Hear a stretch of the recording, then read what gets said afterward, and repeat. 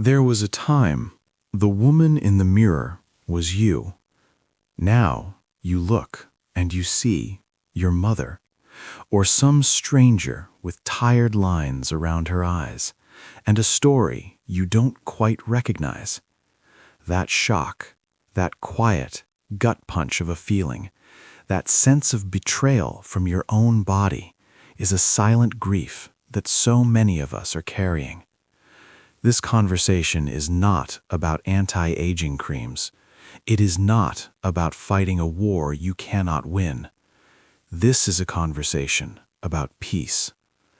In this video, we will use the deep wisdom of Carl Jung to reframe this painful experience, not as a betrayal, but as a sacred story written on your own skin.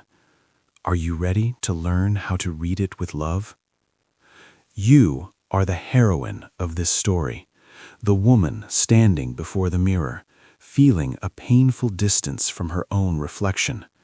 You are not vain. You are grieving a version of yourself you have lost. Imagine a woman named Carol, 51 years old. She finds herself avoiding family photos. She is always the first to offer to be the one taking the picture, because she can no longer bear to see the new version of herself captured in a frame. It feels like a stranger has taken her place. And the silent question that aches in her heart, and perhaps it is aching in yours too, is this: how do you make peace with the woman in the mirror?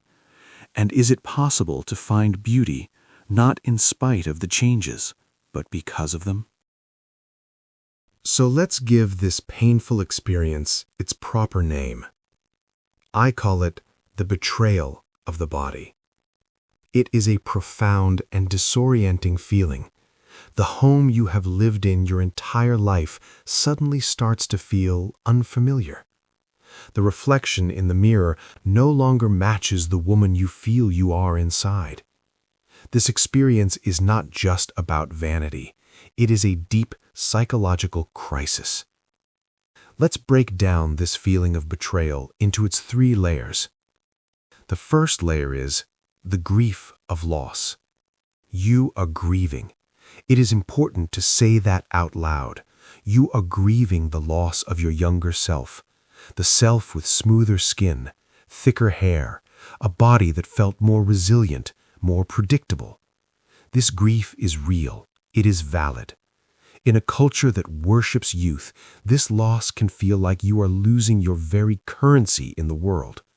Society does not give us the space to mourn this passage, so we often mourn it in silence and mistake our grief for failure. The second layer is a deep sense of anger. You feel angry at a body that no longer seems to cooperate, the metabolism that slows down, the aches and pains that appear out of nowhere, the energy that wanes. It can feel like your own body has become an unruly stranger, an unpredictable adversary you have to fight against every single day. This internal war is exhausting, and it is a war you can never truly win. And the third layer, the deepest of all, is fear. It is the fear of becoming invisible, the fear that as your youthful beauty fades, so too will your value, your relevance, your place in the world. It is the fear of being overlooked, of no longer being seen as vital, desirable, or important. This fear is not irrational. It is a fear that has been programmed into women for centuries. Grief, anger, and fear. This is the holy trinity of the betrayal of the body. And our culture offers only one solution to this pain: fight it, erase it, reverse it, anti-age it. It tells you that your changing body is a problem to be fixed. But Carl Jung would offer a radically different perspective. He would invite you not to fight the changes, but to understand them. Jung taught us about the profound psychological task of the second half of life. He called it the union of opposites. For the first half of life, we live primarily in one pole of existence, the pole of youth, of expansion, of building an outer life. We identify completely with this youthful self. This is the light side of our story. But life is a story of wholeness, and wholeness requires the union of opposites. It requires the union of light and shadow, youth and age, becoming and unbecoming. Your changing body is not an enemy. It is the physical manifestation of your own shadow. Now, in Jungian terms, the shadow is not evil. The shadow is simply the parts of ourselves we have not yet owned or integrated. For a woman in a youth-obsessed culture, her own aging self is her deepest shadow, the part she has been taught to fear, to deny, to reject. And the feeling of betrayal is the sound of your own shadow knocking on the door of your consciousness, demanding to be seen, demanding to be integrated. Your soul is tired of living only half a story. It is calling you to become whole.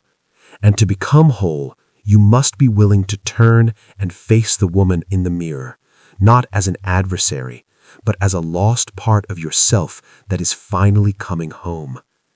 The pain you feel is not the pain of your body failing you. It is the pain of your own resistance to wholeness.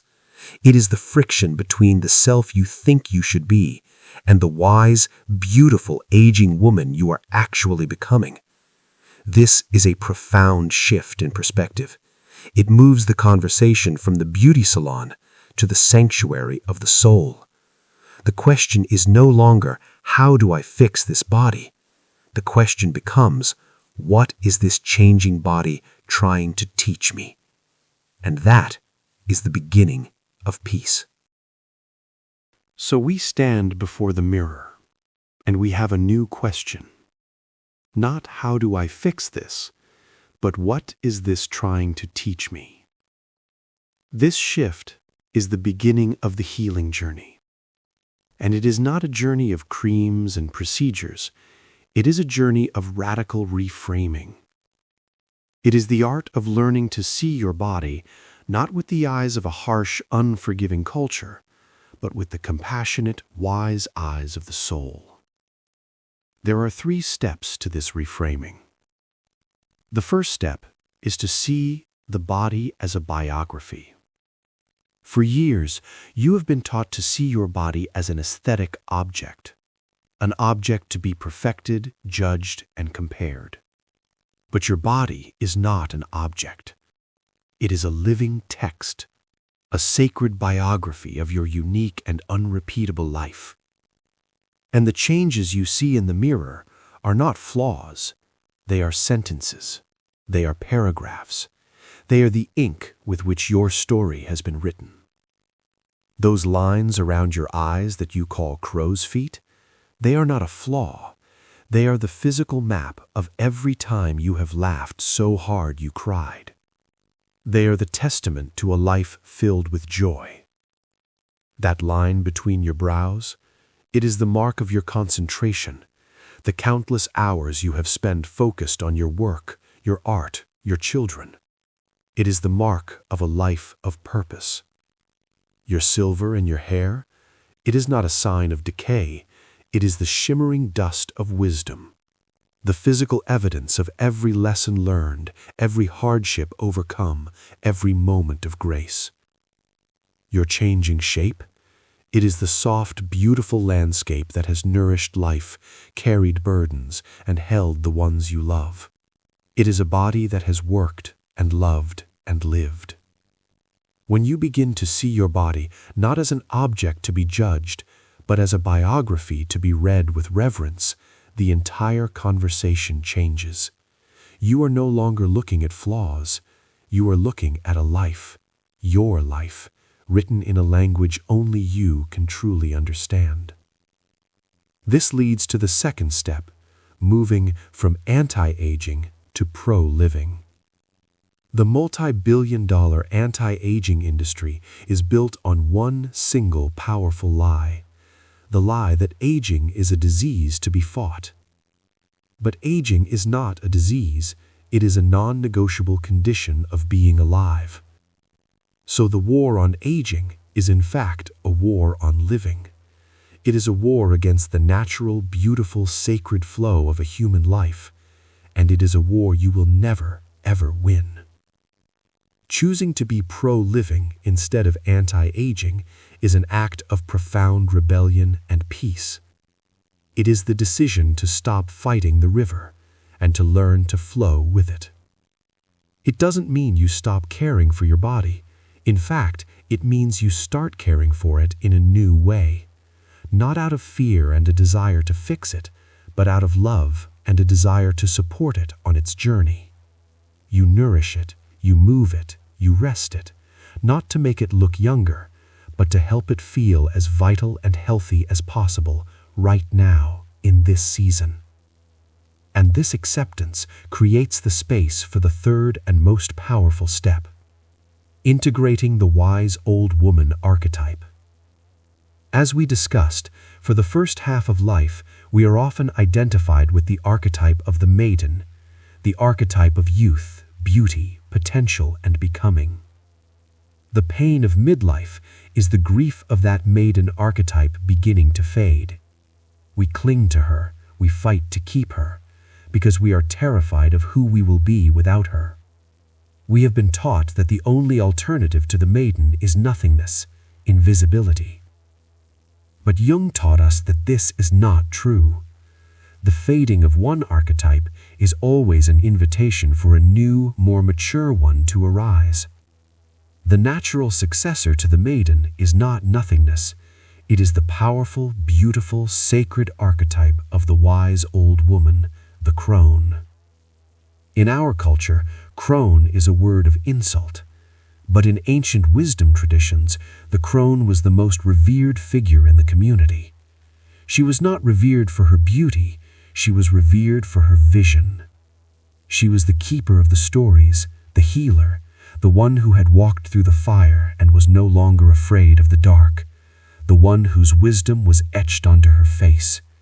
Her beauty was not in the smoothness of her skin, but in the depth of her eyes. The betrayal you feel from your body is the grief of the maiden's farewell.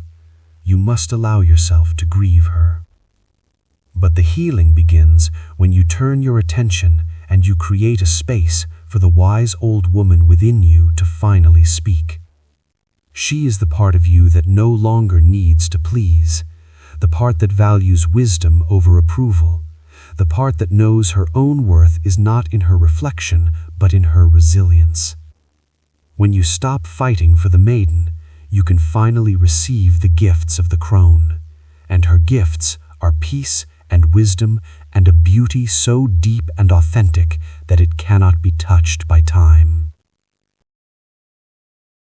The greatest lesson on this journey of embodiment is this: true beauty is not the absence of aging. True beauty is the harmony between a soul that has lived and a body that has recorded the journey. Your body is not a problem to be solved. It is a story to be honored. And the path to peace is not found in fighting the story, but in learning to read it with love. So, how do we begin this practice in our daily lives? How do we move from a beautiful idea to a felt reality? We start with a small, quiet, revolutionary act, a practice I call the mirror dialogue. For years, perhaps decades, the mirror has been a place of judgment, a war zone, a place where you scan for flaws, for evidence of time's betrayal. Today, we are going to transform it into a sanctuary. So, sometime this week, I invite you to find a quiet moment alone with a mirror, just for a minute. Take a deep breath, let it out, and just look. But this time, you are not looking with the eyes of a critic, you are looking with the eyes of a compassionate historian, a curious archaeologist of your own life. and I want you to choose one, just one of the changes you see. Perhaps it is a line on your forehead, a silver strand of hair, a spot on your hand. And instead of the usual reaction of judgment or despair, you are going to ask it a gentle question. You are going to look at that line on your forehead, and you are going to silently, in your heart, ask, where did you come from? What are you a map of? What laughter or what worry, what moment of intense focus did you record for me?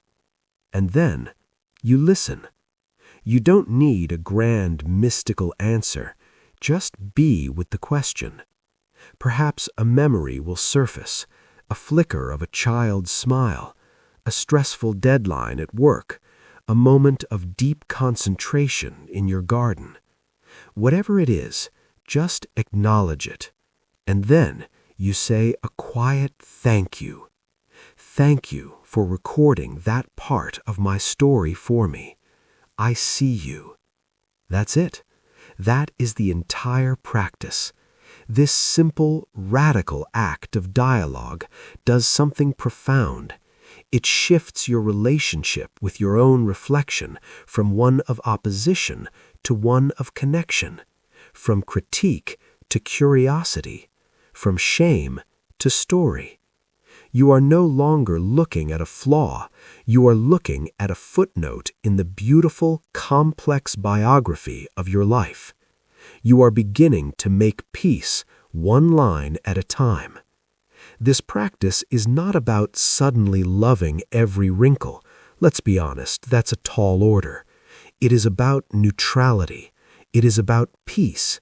It is about taking the emotional charge out of the experience. And over time, as you continue this gentle dialogue, a miracle happens.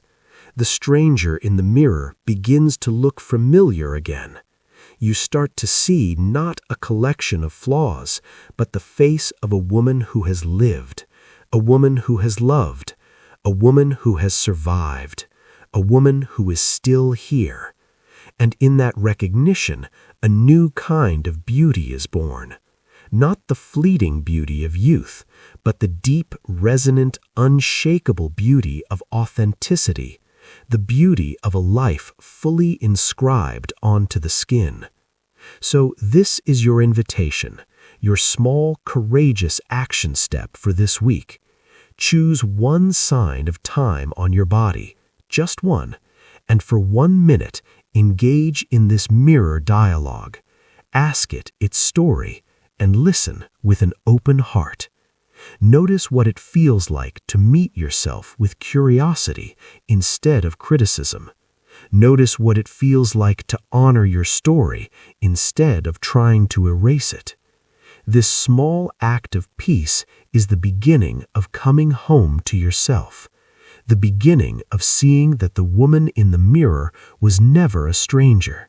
She was just a story, waiting to be read with love. We have traveled to the mirror and back together today. From the painful shock of seeing a stranger in your own reflection, to the deep Jungian wisdom of seeing your body not as a betrayal, but as a biography. From the exhausting war of anti-aging, to the peaceful rebellion of being pro-living. And from the grief of the fading maiden to the quiet, powerful welcome of the wise old woman within. The journey to make peace with your changing body is not a journey of fixing, it is a journey of seeing. For so long you have been at war with the story of your life, a story you did not consciously write, but a story that is undeniably, beautifully yours. The deepest truth of this journey is this: your body is not against you.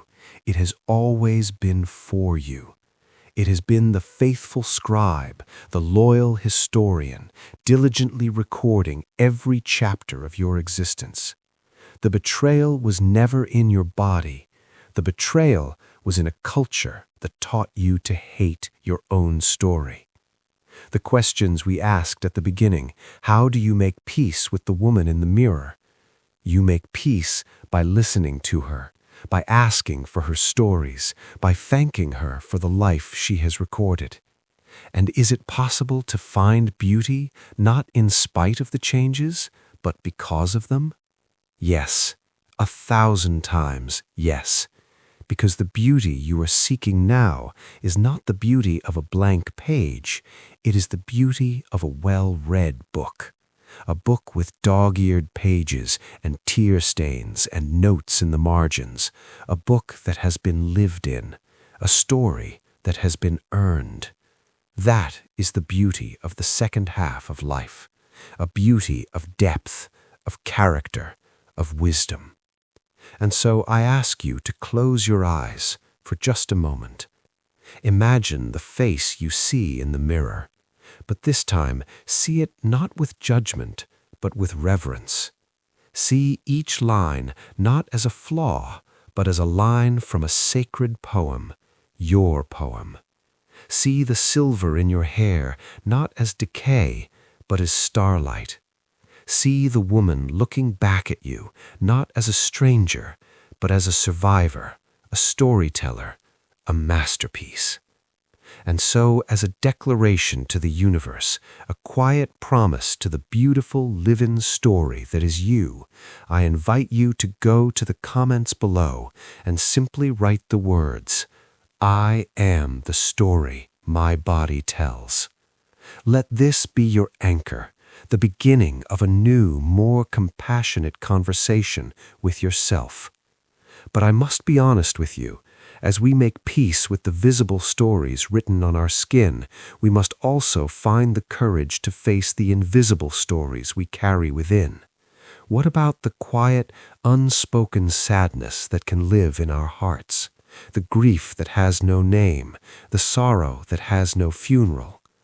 That is the journey into the heart of the unspoken sorrows that so many women carry. It is an exploration of the quiet grief that lives just beneath the surface that we will explore together in our next video. In that video, you will find a space to acknowledge and honor these hidden sorrows and learn that your quiet grief is not a weakness, but a testament to your deep capacity to love. Until then, be gentle with the story you are. It is a sacred text, and it is still being written.